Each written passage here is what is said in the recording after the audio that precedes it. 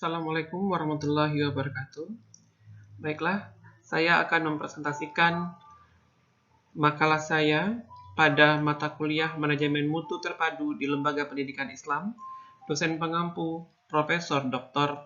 Haji Muhammad Ilyasin MPD dan Dr. Muhammad Ahmad Muadin MPD. Judul makalah saya, Teori dan Konsep Core Business Penyelenggaraan Pendidikan pada Lembaga Pendidikan Islam dan Pondok Pesantren. Saya, Abdullah Marisi, NIM 20202000001 pada Program Studi Manajemen Pendidikan Islam, Program Pasca Sarjana, Universitas Islam Negeri Sultan Haji Muhammad Idris Samarinda.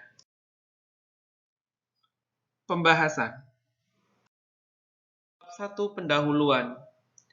Pada bab 1 pendahuluan ada 3 poin, yaitu latar belakang, rumusan masalah, dan tujuan. Rumusan masalah yang ada pada makalah saya adalah bagaimana teori dan konsep core business penyelenggaraan pendidikan pada lembaga pendidikan Islam dan pondok pesantren. Tujuannya adalah mengetahui bagaimana teori dan konsep core business pada penyelenggaraan pendidikan, lembaga pendidikan Islam, dan pondok pesantren. Bab 2 tentang pembahasan. Ada beberapa poin yang saya bahas pada bab 2 ini. Di antaranya adalah lembaga pendidikan dan tantangannya, strategi pengelolaan lembaga pendidikan Islam, penggerakan dalam pendidikan Islam, pengawasan dalam pendidikan Islam, serta sistem perencanaan, pengelolaan, dan pelaksanaan pendidikan pondok pesantren. Pendidikan merupakan fondasi penting dalam pembangunan kepribadian dan peradaban kemanusiaan. Memperhatikan sejarah, maka dunia pendidikan mengalami perkembangannya secara dinamis, mulai dari materi pelajaran, sistem pembelajaran, hingga manajemen pengelolaan. Salah satu institusi pendidikan tertua di Indonesia adalah pondok pesantren. Banyak ahli mengemukakan bahwa pesantren merupakan salah satu institusi pendidikan yang terpenting dan tertua di Indonesia yang bergerak di bidang pengembangan pengetahuan keagamaan Islam. Sebelum Belanda datang, lembaga pendidikan tipe pesantren telah terlebih dahulu berdiri di tanah Nusantara, yaitu Indonesia. Bab 3 penutup. Bab 3 penutup berisi kesimpulan. Sebagai wadah pembelajaran pendidikan Islam, maka lembaga pendidikan Islam harus dikelola dengan cara-cara yang efektif, efisien, dan modern. Dengan tetap berpijak pada ajaran Islam, lembaga pendidikan Islam tidak boleh tabu dengan manajemen modern dan bahkan sudah saatnya mengkaji ulang manajemen paternalistik yang selama ini lebih banyak mewarnai tata kelola lembaga pendidikan Islam.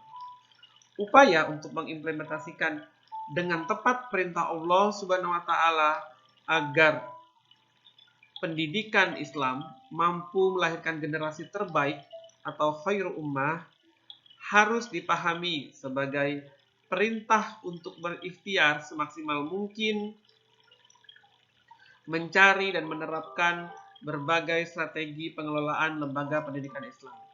Terdapat beberapa strategi pengelolaan lembaga pendidikan Islam yang dapat ditawarkan kepada para pengelola sekolah atau madrasah dan lembaga pendidikan Islam lainnya, yaitu pertama, menetapkan fungsi-fungsi manajemen pendidikan Islam secara konsisten dan komprehensif yang meliputi perencanaan, pengorganisasian, pelaksanaan, pengarahan, atau pengawasan. Keempat fungsi manajemen tersebut harus dilaksanakan secara terpadu dengan target menghasilkan lembaga pendidikan Islam yang berkualitas, yang mampu mencetak lulusan yang bermutu dan unggul. Kedua, menerapkan 4 strategi pengelolaan, yakni substantif, strategi bottom up, strategi deregulatory, dan strategi kooperatif. Demikian presentasi dari saya. Semoga bermanfaat untuk saya pribadi dan bagi para yang menonton video ini. Terima kasih dari saya. Wassalamualaikum warahmatullahi wabarakatuh.